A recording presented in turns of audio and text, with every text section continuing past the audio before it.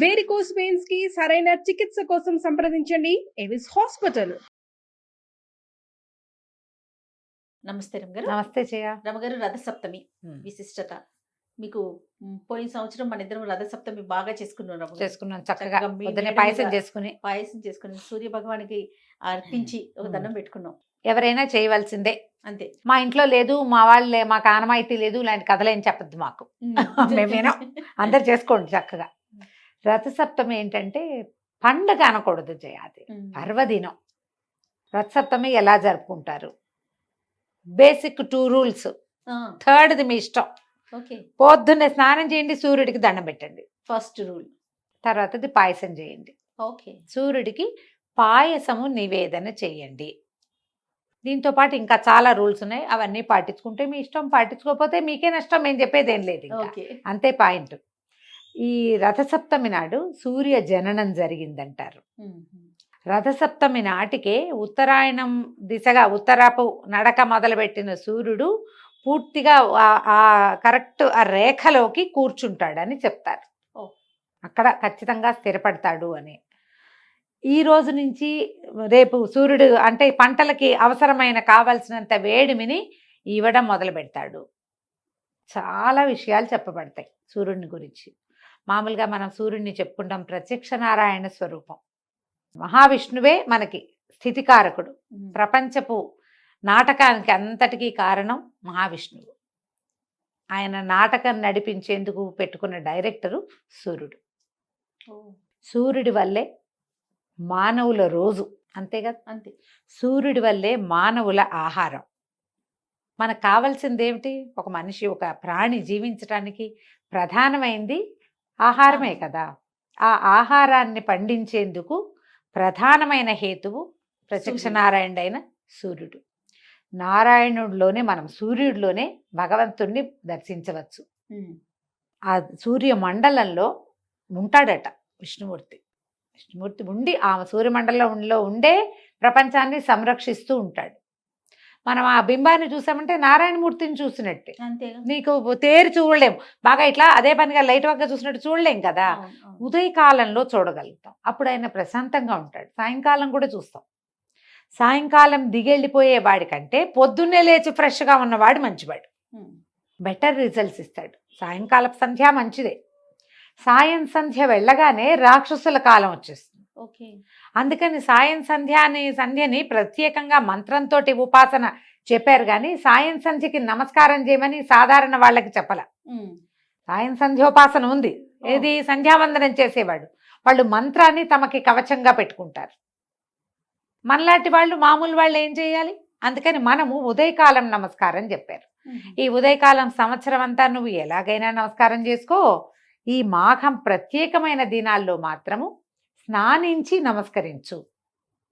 అవకాశం ఉంటే కొంచెం నీరివ్వు, ఆయనకి అర్ఘ్యం ఇవ్వు. ఏ నదీ నదాల్లోనూ నిలబడి అర్ఘ్యం ఇవ్వగలిగావా మహత్తరంగా ఉంటుంది, నీ జన్మ ధన్యమైపోతుంది. చేయలేవు, మీ ఇంట్లో చెయ్యి, దానికి ఒక రాగి పాత్ర తీసుకో. ఇది ఖచ్చితంగా చేయమని చెప్తారు.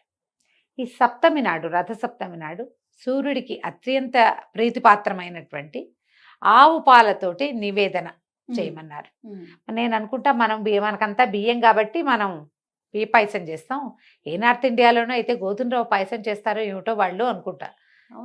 ఎవరు తగలలేదు నేను ఇది అడగడానికి, అడిగేందుకు కనపడలా, దొరకలేదు. ఎవరు కనుక్కోవాలంటారా? ఈరోజు ఏదో చేస్తారు సూర్యుడికి, వాళ్ళు కూడా ఏమిటి చేస్తారు, ఎప్పుడు చేస్తారో కనుక్కోవాలి. అది ఎవరికైనా తెలిస్తే చక్కగా తెలియజేయండి, దాని గురించి కూడా నెక్స్ట్ టైం మాట్లాడదాం మనం.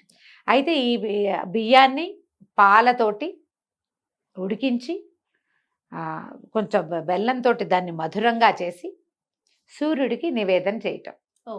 అయితే ఈ సౌరశక్తి ఈ కాలంలో పుట్టేటువంటి చిక్కుడు గింజల్లో విశేషంగా కనపడుతుందట. అందుకని చిక్కుడుకాయలతోటి రథము, చిక్కుడు గింజల్ని పాయసంలో వేయటము, చిక్కుడాకులు నెత్తి మీద పెట్టుకుని స్నానం చేయటము, చిక్కుడాకుల మీదే నివేదనను పెట్టి స్వామికి నైవేద్యం చేయటము, ఇంత విశేషాన్ని చెప్పారు. ఇప్పుడు ఈ చిక్కుడాకులు ఎక్కడి నుంచి వచ్చాయి? పూర్వకాలం నుంచి ఉన్నాయా? అలాంటి ప్రశ్నలు చాలా వస్తాయి మనకి ఈ విధానాలన్నీ ఎవరు అందించారు? ఋషులు, మునులు కదా. మన ప్రాంతంలో ఏ ఏ ప్రాంతాలలో ఎవరెవరు ఋషులు ఉన్నారో వారు ఆయా ప్రాంతాలలో ఇక్కడ వాళ్ళు ఈ విధానం చెయ్యాలి అని స్థిరపరిచారు మన ఖచ్చితంగా. నాయనమ్మో ముత్తనాయనమ్మో గుర్తు కనిపెట్లా వాళ్ళకు కూడా ఎవరో చెప్పారు ఇది. అవును అవును అప్పటికి ఉన్నాయన్నమాట ఇవి ఉండటం వల్లే. అవును అంతే కదా, ఇప్పుడు ఈ ప్రాంతంలో ఇవి చేస్తాం, ఇంకో ప్రాంతంలో ఇంకోటి ఇంకోటి చేస్తారు. వాళ్ళు అవి చేయడానికి కారణం ఏంటంటే ఆ ప్రాంతంలో ఎందులో శక్తి ఉందో ఈ సమయంలో ఏం తినాలో మనకు ముందున్నటువంటి ఋషులు మునులు ద్రష్టలు విజనరీ పీపుల్ వాళ్ళు స్థిరపరిచి పెట్టారు. ముందు మన సందులో ఎక్కడైనా చిక్కుడు చెట్టు ఉందో లేదో చూడండి, వాళ్ళతో ఫ్రెండ్షిప్ చేయండి ఫస్ట్. ఓకే 4 చిక్కుడు ఆకులు తెచ్చుకోండి. బజార్లో చిక్కుడుకాయలు ఎలాగో దొరుకుతాయి. లేత చిక్కుడు గింజల్ని కూడా పాయసంలో వేస్తారు కొన్ని చోట్ల. మీ ఇళ్లలో ఉంటే వేసుకోండి, మాకు అలవాట్లేదండి మానేయండి. కానీ చిక్కుడుకాయల రథం మాత్రం మీరు చేయాల్సిందే. చిక్కుడుకాయల రథము చేయాలి, పళ్ళెంలో చిక్కుడాకులే పరిచి వాటి మీద ఈ పాయసాన్ని వేడివేడి పాయసాన్ని వేసి నివేదన చేయటం. ఎవరికైనా ప్రసాదం పెట్టేటప్పుడు కూడా చిక్కుడాకులో పెట్టండి. ఈ వేడి పాయసం అందులో పెట్టంగానే చిక్కుడు సారం పాయసంలోకి వచ్చేస్తుంది. అవకాశాన్ని బట్టి చూడండి. డెఫినెట్ గా మామూలు మన చుట్టుపక్కల ఎక్కడో చోట కనపడతాయి మనకి. ఇలా ట్రై చేయండి. ఈ చిక్కుడుకాయలు ఏంటంటే 7 కాయలతోటి చేస్తాం. 4 కాయలు కింద, 2 కాయలు కింద, మళ్ళీ 2 కాయల పైన, ఒక 3 కాయలని ఇట్లా కోణంగా పెడతాం. పెట్టి రథం, ఆ చిక్కుడుకాయల రథం మీదకి సూర్యుడిని ఆవాహన చేస్తాను. ఆయన ఇక్కడ వచ్చి కూర్చోని. అది దీనికి ఏం చేయాలి, షోడశోపచారాలు చెప్పుకుంటాం కదా మనం. ఆవాహనము, రథ నవరత్న ఖచ్చిత సింహాసనము, సింహాసనంగా మనం ఇది చూపిస్తాం. ఈ చిక్కుడుకాయల రథాన్ని స్వామిని దాంట్లోనే ఆవాహన చేసి ఉన్నట్లే భావించి ఎక్కడైనా సూర్యరశ్మి పడే చోటే మనం పాయసం వండటము, స్వామికి నివేదించటము 2 చాలా విశేషమైన ఫలితాన్ని ఇస్తాయి. మీకు అవకాశం ఉంటే మన ఇంట్లోకి ఎండే రాదు, మనకి ఎక్కడ సూర్యుడే కనపడ్డు, దండం పెట్టండి. టెర్రస్ మీదకి వెళ్ళి దండం పెట్టుకొచ్చుకోండి, ఇంట్లో పాయసం చేసుకోండి, మీ దేవతార్చన దగ్గరే నివేదన చేసుకోండి. చిక్కుడుకాయల రథం అక్కడైనా చేసి పెట్టుకోవచ్చు. ఓపెన్ కుకింగ్కి అవకాశం ఉన్న చోట చక్కగా చేసుకోండి. యూట్యూబ్లో బోల్డని వీడియోలు కనపడుతుంటాయి, మేము ఇక్కడ చేసాం అక్కడ చేసామని చూపిస్తారు. వాళ్ళు అవకాశం కుదుర్చుకున్నారు, మన ఇళ్లలో లేవు. దండం నమస్కారమే ప్రద్దానికి. అలా చెయ్యాలి, మేము అలా చేయలేకపోతున్నాం, ఇట్లా చేసినాం తండ్రి, ఈ రకంగా అయినా మమ్మల్ని కరుణించు అంతే అని అపరాధ సహస్రాణి క్రియంతే అహర్నిశమ్మయ అని ఒక నమస్కారం చేసుకుని దాసోయమితి మామత్వ క్షమస్వ సూర్యనారాయణ, మమ్మల్ని క్షమించిన ఆయన, మేము నీ దాసులో, మాకు అవకాశం ఉన్నంత మటుకు చేస్తాం అంతే. పొయ్యి మీదో కుంపటి మీదో చక్కటి చిన్న ఇత్తడి గిన్నె స్టీల్ గిన్నె పాలు పోసి దాన్ని పొయ్యి మీద పెట్టి ఆ పాలు పొంగుతుండగా నారాయణ నారాయణ అని విష్ణుమూర్తిని తలుచుకుని బియ్యం వేయటం. అందులో ఒక 3 గుప్పెళ్ళు, ఒక 3 సార్లు 3 చిటికెలు వేస్తే 3 మాటలు పాలు పొంగనిచ్చి, ఆ పాలు పొంగుతున్నప్పుడు పోతున్నాయి అనకూడదు, పొంగకుండా ఆపద్దు, పొంగనివ్వండి. పొంగుతూ ఉండగా వేసుకోండి. కింద పడితే మంచిదే, పడకపోయినా ఏం కాదు, పొంగు వచ్చినప్పుడు చేయాలంతే. ఆ పాలకి విశేషంగా పాయసం ఉడుకుతుంది, మొత్తం బియ్యం ఉడికిన తర్వాతే బెల్లం వేయండి, లేకపోతే ఉడకదు, బొండుగలుగా ఉండిపోతుంది. రథసప్తం పాయసం అంటారు, అంటే బాగా ఉడకంది అని అర్థం. అలా చేయకండి, మీరు బెల్లానికి తొందర పెడితే ఉడకదు. మరి కాసిన పాలు పెట్టుకోండి, బియ్యం ఎక్కువ వేయబోకండి. అంత గిన్నెడు పాలు పెడితే గుప్పెడే బియ్యం చక్కగా సరిపోతుంది. అది ఈ పాలు అన్నం బాగా ఉడికిన తర్వాత అప్పుడు బెల్లం వేసి కొంచెం నెయ్యి పోసి దాంట్లో స్వామికి నివేదన చేయటం. జీడిపప్పులు కిస్మిసులు వేయించి వెయ్యరు.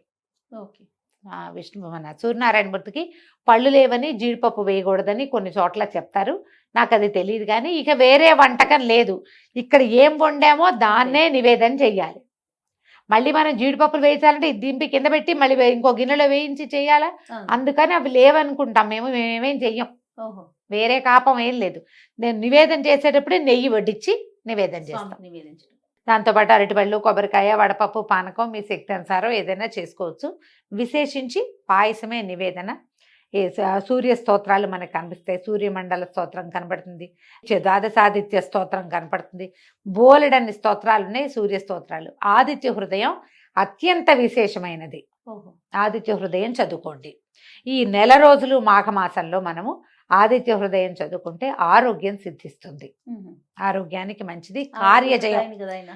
కార్యజయం, సూర్యుడు ఆరోగ్య ప్రదాత, కార్యజయం కూడా మనకి పనులు అవుతాయి.